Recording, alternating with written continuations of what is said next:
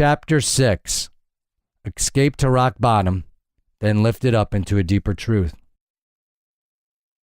I sought that sense of solitary freedom I loved as a child, but the way I went about it got twisted. Sure, I still took care of my body, at least in theory, but gambling became my sanctuary. Through gambling, I felt like myself, uninhibited, but more free of feelings than free to be me. For example, I felt free of other people's judgments and rules, and free of the pain of the feelings I didn't know how to handle. In my wildest dreams, I never thought I'd trade my childhood dreams of a career in professional baseball for a career in professional sports betting. But I treated it like a business, and one that was more realistic at that. I managed to make it through many highs and lows. In a way, gambling helped me through college and through the pain of my parents' divorce. I needed an escape from my feelings then, because I didn't have other tools to cope with the changes in my life. I had never been taught how to express my emotions, and I grasped at straws to understand what it meant to evolve into manhood. But the more I sunk into the escape that gambling provided for me, the more I became devoid of real happiness beyond the big wins. Nevertheless, I graduated with a degree in marketing. Fresh out of college, I moved to Chicago, where I quickly scored a job as a sales executive for a telecom company. It was a perfect complement to my gambling life. I hit the phones and worked hard for the telecom company to make sure I was at or above quota in the first 2 weeks of every month. This strategy allowed me to keep focused on my gambling, so I could maintain that false sense of freedom I derived from it. As the year passed, I became more and more preoccupied with the high of winning. However, like any addiction, there came a point when gambling stopped giving me that high. I functioned like the stressed-out zombie pursuing a mirage that beckoned me down hollow roads that collapsed when I approached. One day, I could no longer recognize the man who looked back at me in the mirror. Where is my freedom? What happened to me? Not only was my body slipping, but I lived in a state of constant anxiety. I felt completely lost. I had owed money to bookies and many other people.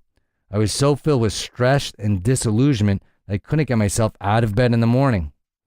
It wasn't like the suicidal thoughts that followed slid in out of nowhere. The despair, the hopelessness, the feelings of disillusionment and loss, these feelings first showed up when I pitched that losing hit in the Little League World Series. They had been a familiar companion ever since, sometimes like a shadow that disappeared when I looked at it, and at other times appearing to be more prominent. The weightlifting, the money, the wins I loved, those high highs. I adored feeling on top of the world.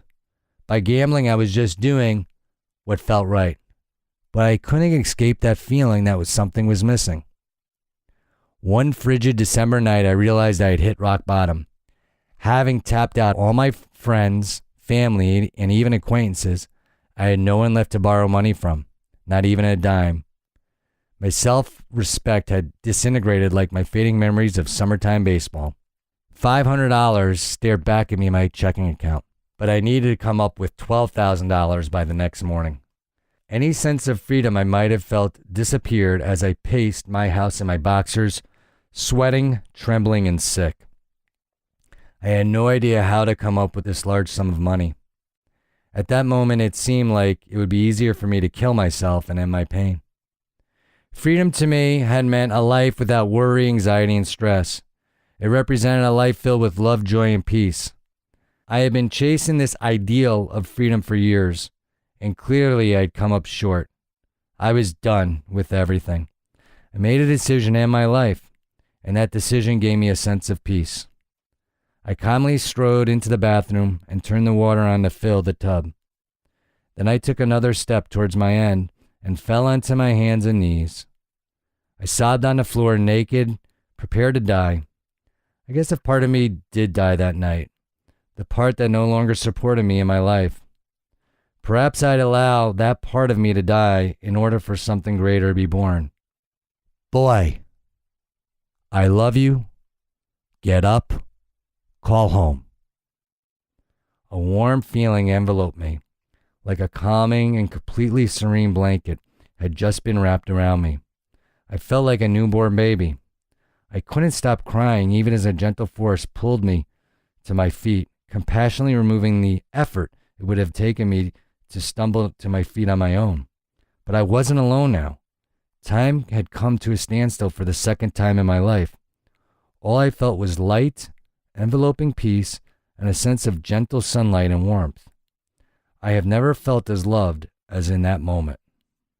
As I looked into the mirror with tears rolling down my face, I suddenly recognized the voice. I had always wondered if that voice was actually the voice of one of the baseball announcers, or if it had come from my imagination or from my own inner voice. But staring back at that face I barely recognized in the mirror and feeling that deep sense of peace that enveloped me, I realized that, all along, the voice had been the voice of God. I was in the care of God. It had been God who had talked to me on the baseball mound.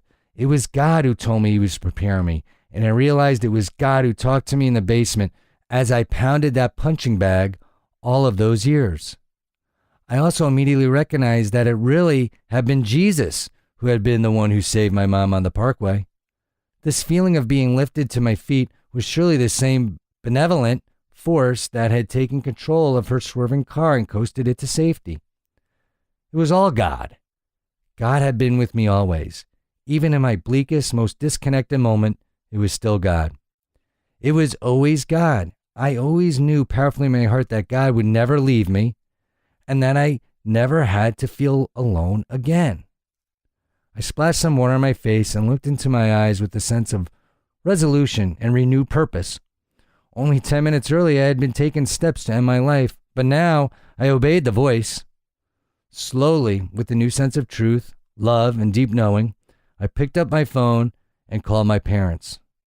Because of their experience with Alcoholics Anonymous, they recommend I go to Gamblers Anonymous. So I located a meeting and attended it that night. The moment I took this first step to get healthy, the feeling of hopelessness and despair vanished.